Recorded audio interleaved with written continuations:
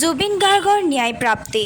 তেজপুৰতো আছুৰ প্ৰতিবাদী কাৰ্যসূচী ৰূপায়ণ শোণিতপুৰ জিলা ছাত্ৰ সন্থাই গ্ৰহণ কৰে অৱস্থান বিক্ষোভৰ কাৰ্যসূচী শতাধিক আছু কৰ্মীৰ অংশগ্ৰহণ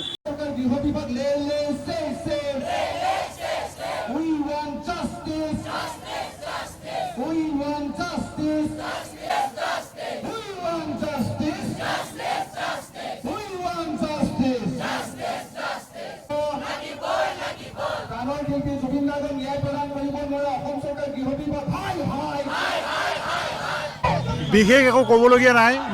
মাথো আমি বিচাৰিছোঁ জুবিন গাৰ্গৰ ন্যায় হওক তেওঁৰ মৃত্যুৰ তদন্ত হওক আৰু এটা কথা আমি ক'ব বিচাৰিছোঁ যে জীৱিত অৱস্থাত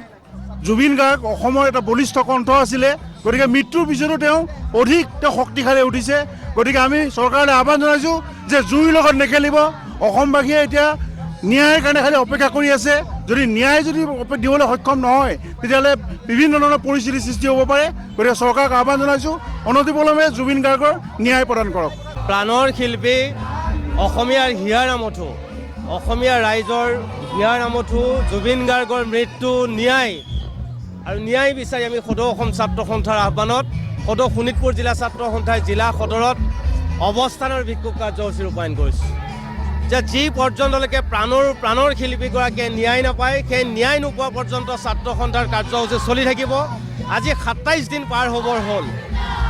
আজি ৰাজ্য চৰকাৰ কেন্দ্ৰীয় চৰকাৰ ইমানবোৰ চোৰাংচোৱা সংস্থা থকাৰ পিছত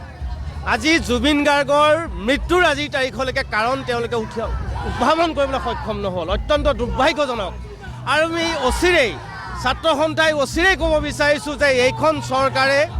প্ৰাণৰ শিল্পীগৰাকীক ন্যায় দিব লাগিব অসমৰ ৰাইজে ন্যায় পাব লাগিব জুবিন গাৰ্গৰ মৃত্যু এই কথা গম পাব লাগিব আৰু মৃত্যুৰ কাৰণ দিব নোৱাৰাটো এইখন চৰকাৰৰ কাৰণে অত্যন্ত দুৰ্ভাগ্যজনক আৰু যি পৰ্যন্তলৈকে অসমৰ ৰাইজৰ হিয়াৰ আমঠু জুবিন গাৰ্গে ন্যায় নাপায় সেই পৰ্যন্তলৈকে ছাত্ৰ সন্থাৰ কাৰ্যসূচী চলি থাকিব অবিৰতভাৱে চলি থাকিব এই কথা স্পষ্ট আৰু আহি থকা দিনত আমি ছাত্ৰ সন্থাই ৰাইজৰ সহযোগত পুনৰ গণ আন্দোলন কৰিবৰ কাৰণে নিশ্চয় আমি বাধ্য হ'ব লাগিব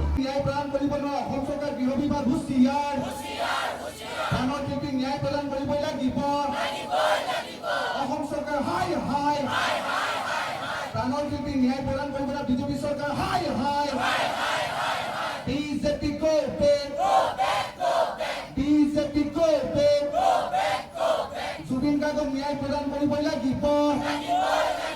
We want justice.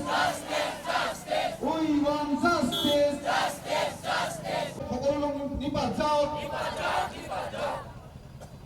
প্ৰাণৰ শিল্পী জুবিন গাৰ্গক ন্যায় প্ৰদান কৰিব লাগিব প্ৰাণৰ শিল্পী জুবিন গাৰ্গক ন্যায় প্ৰদান কৰিব নোৱাৰে অসম চৰকাৰ গৃহ বিভাগ হুঁচিয়াৰ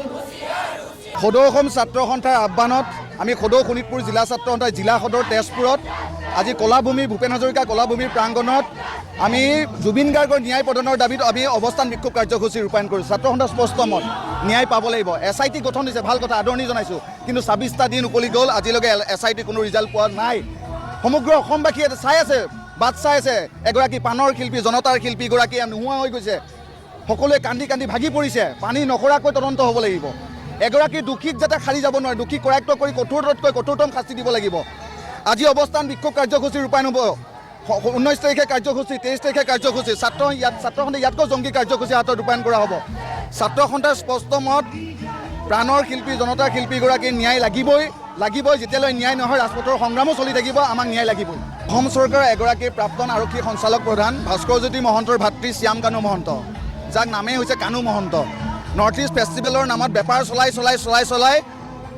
টকা পইচা ধন সম্পত্তি কৰি এগৰাকী প্ৰাণৰ শিল্পী এগৰাকী জনতাৰ শিল্পীগৰাকীক ছিংগাপুৰলৈ নি তদন্ত চলি আছে SIT